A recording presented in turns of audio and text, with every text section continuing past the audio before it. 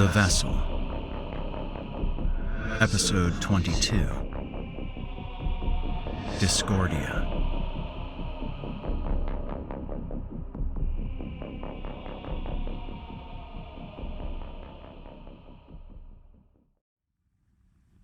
The door was open. Beyond it, the fires burned. As Nikolai and Cash's boots pounded the metal, both men running at top speed down the long corridor, the door alarm at the far end began to blare. It was the sound of an imminent emergency lockdown, leaving them little time before the heavy blast door would slam into place, cutting them off from engineering, along with whomever might still be alive in there. The gravity in engineering was going. That they could already see. As they closed in, each hard step taking them closer, they could see a handful of stiff passengers, either dead or unconscious, lifted up off the ground. They were all drifting the same direction, some of their fingers dragging along the floor. As they got within 20 feet of the open door, its alarm shouting warnings in their ears, they saw the reason for the body drift at the far end of the large room ahead. Where there should have been an airlock, there was a gaping darkness. The open cavity was surrounded by gnarled and splintered nanometal, like broken fingers twisted into bony shapes. Where once stood a wall, there was an unencumbered view into the black eye of space. "Dear God," Nikolai whispered. For the first time in its history, the Ark was compromised. At their realization, the door closed in front of them. The blast door shot down from above, 6-inch thick metal that fell into place, and armed with such force they felt the rush of air on their sweating faces from 5 feet away. They ran straight into the door, slamming their bodies to a stop with all 4 hands. Their feet lifted slightly, wanting to leave the ground where the 2 gravity zones had met. Gravity versus dying gravity. Their feet settled back into place, the screen next to them bleeding the word lockdown. Nikolai wanted to curse the gods, but his partner spoke first. "Son, can you open the door?" The hologram appeared behind them. "Emergency lockdown has been engaged for the safety of—" "You can't just let them die!" Nikolai cut him off. Son almost looked insulted by the interruption. "The order comes directly from Captain Ashby." She finally shows up, and just in time to give an order that doomed a handful of the passengers in her care. He would have to take that up with her the next time he saw her. In the meantime, he needed to reach the people on the other side of that door. He was certain some of them had to be alive. They had to at least try. "Let us help them," he pleaded with the hologram. "I am afraid not. The risk to the Ark is too great." 1 minute. That's all I'm asking. Minimal risk to save lives. The lives of the people you were made to protect. Son's eyes ran the risk analysis. "I can temporarily override the lockdown. However, when life support levels drop to critical levels, the door will automatically—" "We know the drill, asshole," Cash said. "Just open it and let us do our job." Son nodded. With a beep, the screen to their right turned green. A decompressive hiss later, the blast door rose. A horrible face appeared in the open doorway. Red and black flesh with glaring white eyes lurched out at them, cracked hands reaching for Nikolai's face. He took a step back, a cry stuck in his closed throat. "Monica!" Cash shouted. He rushed forward and grabbed her just as she toppled forward into the hallway's struggling gravity. He brought her down to the ground carefully, laying her on her back. Nikolai blinked, shaking off the terror that had seized him. The woman on the floor was badly burned. He only knew her in passing. It surprised him that Cash knew her by first name, but he faintly remembered a conversation they'd once had. Cash and Monica were in some of the same classes before their paths diverged towards different vocations. She was struggling to lift her head, her neck strained as she tried to speak. "Don't talk," Cash told her. "Phoebe," she managed to croak. She'd run out of strength. The burnt tendons in her neck relaxed as she let her head fall back to the floor, blacking out from the pain. Cash looked up at Nikolai, then Son, looking lost. "Is she—" "Her life signs are unstable. Sun replied, and worry spread across Cash's face. Something caught Nikolai's eye inside the demolished engineering deck. A badly injured man, a mechanic by the name of Seth, was 10 feet up, crawling on the ceiling. Amid the gnarled wreckage of what once had been engineering, the sight was utterly surreal. Nikolai went to the open door, not open for much longer, where the gravity from the hall was losing to the now non-existent gravity in engineering. It was an unsettling feeling, as if the laws of physics were battling inside his body. He felt the swim of nausea in his eardrums as he called out to Seth, shouting the man's name, but Seth was shell-shocked. His world quite literally turned upside down as he crawled along the ceiling like a child looking for a toy. The toy, Nikolai realized, was the man's missing eye. "Seth, over here!" he called out to the mechanic, but the sound struggled on the air. The mechanic continued his confused crawl. Precious air moved past Nikolai, blowing past his sweat-slick skin as the oxygen was pulled through the door, into engineering, and out the airlock. It wasn't the kind of explosive decompression the movies used to show, but it was plenty to worry about, a steady and irreversible tide. Behind him, he heard Cash ask Sun what Monica's chances were for survival. "The odds of her life functions continuing are low to moderate. They will decrease with each minute she does not receive medical attention." Sun had never been much of a source of comfort, only unfeeling information. Cash left the woman behind to join Nikolai at the door, both men holding the door frame to keep from floating away. They both looked out at the crawling mechanic 10 feet up and 30 feet away. "You know you can't go out there," Cash said. He knew that. He knew the risk was too great, and as much as he was willing to sacrifice himself for his fellow passengers, he had to be smart about it. If he died saving one man, he wouldn't be able to help anyone else. It was a numbers game, one even Sun could appreciate. Speaking of Sun, the hollow man himself had disappeared from the hallway. Nikolai picked him out across the large room. He was standing at what was left of the airlock, unaffected by the loss of gravity as he inexplicably stared out into space. The hollow system, damaged in the blast, was struggling to keep him together. He was fading at the edges, lines of code bleeding out of him. Nikolai watched with fascination as Sun looked down at his own deteriorating hand, contemplating it with cold detachment.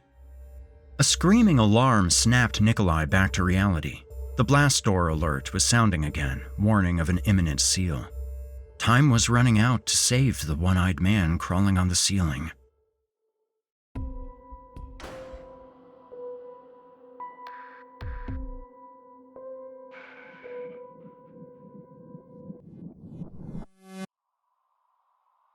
"13 decks up, all 4 bridge officers had been watching the 2 men from the relative safety of the Ark's bridge. They'd been observing the actions of the peace officers breathlessly. Staring at the screen most intensely of all was Captain Ashby, who at first had been furious at the officers directly disobeying her lockdown order. But then, seeing one woman pulled from the brink, then watching them struggle to reach a second passenger out of the camera's view, she began to feel somewhat optimistic. She grew hopeful that a few diamonds could be mined from the black coal that was their lost engineering deck. As the 2 men on the screen called out to the unseen passenger, something jostled the camera. The view twisted violently askew before cutting to black. Captain Ashby turned away from the now completely dead vid screen. "What was that?" "Something took out the last camera." She stormed to her chair, pulling up the control screen. "I need eyes. Give me anything." Oberlander tried, but shook his head gravely. "All the feeds are dead, Captain. Every one." Ashby turned to comms officer Hopes. "Are you picking up any communications outside the ship? Distress signals?" "Negative," he replied calmly. "No signals." She looked to Officer Pagani, hoping navigation had some good news for her. "What do you see out there?" Pagani worked his screen with amazing speed. "Sensors are tracking all kinds of movement out there. It's hard to sort it all out. Most of it is debris, but..." He stiffened, looking over at her in horror. "What is it?" "A few have active trackers." She swallowed. How many? 5. Maybe 6. It was even worse than she imagined. 2 of the trackers could have belonged to the spacewalkers, but if no distress signals were being picked up, that meant they'd been injured in the blast, or even killed. With each passing second of indecision and inaction, those people out there suffocated and boiled inside their own skin. Even if she couldn't save them, by God, she would make sure they weren't left behind. She sat up in her chair, the new mission her only concern. We need to get every one of those people back inside, alive or dead. Understand me? Every head on the deck nodded at her at once. Call all med staff for emergency assist, and get me someone from mining.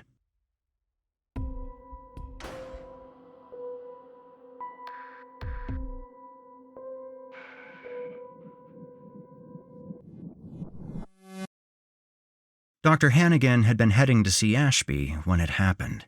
She was on her way to deliver her ultimatum to the captain. Tell the passengers about Ness, or she would do it herself, when a loud boom moved through the ship. People gasped, cried out, stopped walking as the floor shook under them. Concerned voices questioned each other about what it could have been. A few of them approached her. Some of the passengers looked to her as an authority figure, though she did her best not to foster that feeling. A minute later, the screens on everyone's wrists all went off at once. All medical personnel report immediately to Deck 8, mining. Non-essential passengers return to quarters and await further instructions. Was that where the explosion had come from? Mining level? Her instincts told her it was further away than that, but there was no time to second-guess orders. It didn't sound like there was time to do much of anything except haul ass to Deck 8. She was too far from the med labs now to double back and gather supplies. Luckily, the mining area, like all high-risk zones on the Ark, was equipped with medical kiosks. They didn't boast the most extensive collection of instruments and medicines, but they had the basics, enough to treat the most common injuries. As she rounded a corner, she nearly collided with a man twice her age. She jumped, startled by his presence, then nearly groaned when she saw who it was. James Crick, the All-Cleric. My apologies, he said for scaring her. It's all right. I'm in a rush. Yes, I know. What the devil's going on? He asked her. I know as much as you do. If you'll excuse me. She moved past him, continuing on her way. She was annoyed to see him turn and follow her, joining her by her side and keeping pace. You're going to mining, yes? Yes. I'm heading that way. I'll go with you. If he was going the same way, why had she almost run head first into him going the opposite direction? But it didn't matter. Not just then. She had more important things to worry about. They told passengers to go to their quarters, she attempted. Non-essential passengers, Crick clarified. If people are dying, I would say I'm quite essential. As you wish. She didn't feel comfortable around him in the best of conditions, and these were anything but. Still, there was little point in arguing with him. So long as he didn't slow her down, she could hardly stop him from walking the same direction. She just didn't have to like it. There was something about him she'd never trusted.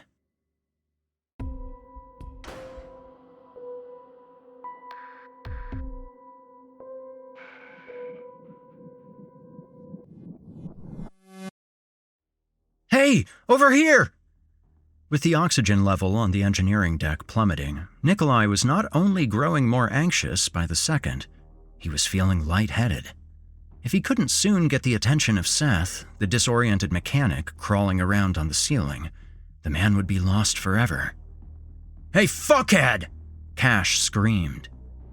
It worked. Seth looked directly at them with his one good eye, a moment of clarity passing over his blank expression. Nikolai nodded to Cash, then turned back to Seth. This blast door is about to seal any second, he explained as loudly as he could, straining to raise his voice in the thinning air. You need to push off as hard as you can and launch yourself at us. Understand? Seth nodded numbly. Good. Now aim directly at me, okay? I want you to give it everything you've got. You have one shot at this. The mechanic wedged his feet against the broken light fixture behind him. Squeezing his body down, he became like a coiled spring, a container of potential energy ready to release. Around him, bits of burnt metal and flesh bounced lazily off the ceiling, continuing down toward the jagged mouth that sucked it all down into its star-filled belly. Seth ignored everything, focused on the door, and the hands stretched out to catch him. Liftoff. Seth sprang forward, pushing hard off the light fixture. The mechanic soared through the air, floating toward them with impressive speed as debris barely missed him, his eyes, one vacant, wide with determination and the will to live. He missed. Hitting the wall 10 feet to their left, Seth's body crumpled as a pained shout left him. "He has horrible aim," Cash noted. "He's missing an eye," Nikolai replied. "No excuse." The lockdown alarm sounded a second warning. Any moment the blast door would shoot down, crushing whatever was in its way. The door was designed to shut regardless of potential blockages, which usually meant pieces of ship, broken metal, and other wreckage, but could just as easily mean meat and bone. The fires were all gone, the flames fizzling out from low oxygen. If he wasn't quick about it, Seth would go the way of the flames. Nikolai spotted a demolished control panel on the outside of the door. Praying the emergency lockdown had cut the power to the deck's energy grid, he reached in, grabbed on tight to a bundle of optic wires, and ripped them straight out of the wall, not stopping until he'd pulled out 15 feet of the stuff. He wrapped the end of the bundle around his fist, then threw the other end to Seth. It extended past the groaning mechanic, floating not 2 feet from his head. "Take it!" Nikolai shouted. Seth looked up, disoriented, but he did as he was told. He grabbed at the wire and managed to get a good hold of it. Nikolai pulled Seth toward the door while Cash held Nikolai by his belt, making sure he didn't get pulled into the strange gravity, the place where burnt things bumped and floated, and the fading air smelled like cooked hair. The final alarm sounded over their heads. They had 10 seconds until the blast door closed again, this time for good. "Come on, pull, goddammit!" Nikolai yelled at the one-eyed man. All patience had left him. Between the harsh tone of Nikolai's voice and the threatening alarm, Seth seemed to suddenly understand how close to death he was treading. His burnt and bloodied face grew determined, a fire burning in his remaining eye. He gripped the wires tighter and began to pull himself toward the men. He was 3 feet away, 3 feet from making it to safety, when the legs appeared. From overhead, high above the door where they couldn't see, 2 sets of insect legs as thick as branches swooped down and snatched up Seth. They moved with incredible twitch-like speed, pulling Seth away so hard that the bundle of wires was yanked from Nikolai's grasp. Pain seared his palms, the wires breaking skin as they slid free. It happened so fast that Nikolai found himself staring not at the legs themselves, but the image they'd left behind in his eyes. Then suddenly he was falling backwards as Cash jerked him back by his belt. The heavy metal door clamped down, missing his nose by an inch. Seth's tortured screams cut out, not because they'd stopped, but because the blast door had blocked them out. With the burnt-in image fading from his mind, the sight of those thick, spidery legs ending in exoskeletal hands, black hands that had pulled Seth to his shrieking death, Nikolai realized just how much trouble the Ark was in.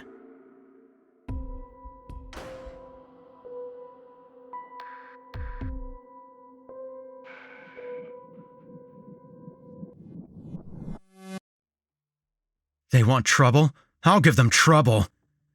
The bridge had been trying to reach someone from mining for a full minute with no response. Ashby wanted to go down there, punch whoever wasn't answering her calls, and oversee the operation herself, but there were strict rules that prohibited her from leaving the bridge during an emergency. Much the same way pilots back on Earth stayed inside a locked cockpit before the increasing social unrest grounded flights permanently, so too were the officers confined to the bridge. No one in, no one out. This was what they did, how they maintain control, divide and thrive. A life made possible by quarantine. Someone from mining finally answered the call. "Hello, Captain," a man's voice replied. Ashby sat forward. "It's about time! We have need for an immediate search and rescue, and I do mean immediate. There's been a breach on Deck 8 with confirmed men overboard. I'm sending you every doctor and nurse we have. I want your people teaming up to bring them back." There was silence. Then, "I'm afraid that's impossible." "Excuse me?" He didn't sound like Peabody, current head of mining, or anyone else she knew from Deck 8 for that matter. "Who is this?" Ashby asked the stranger. "We are the children of Eden," he replied. "and we control the Ark now.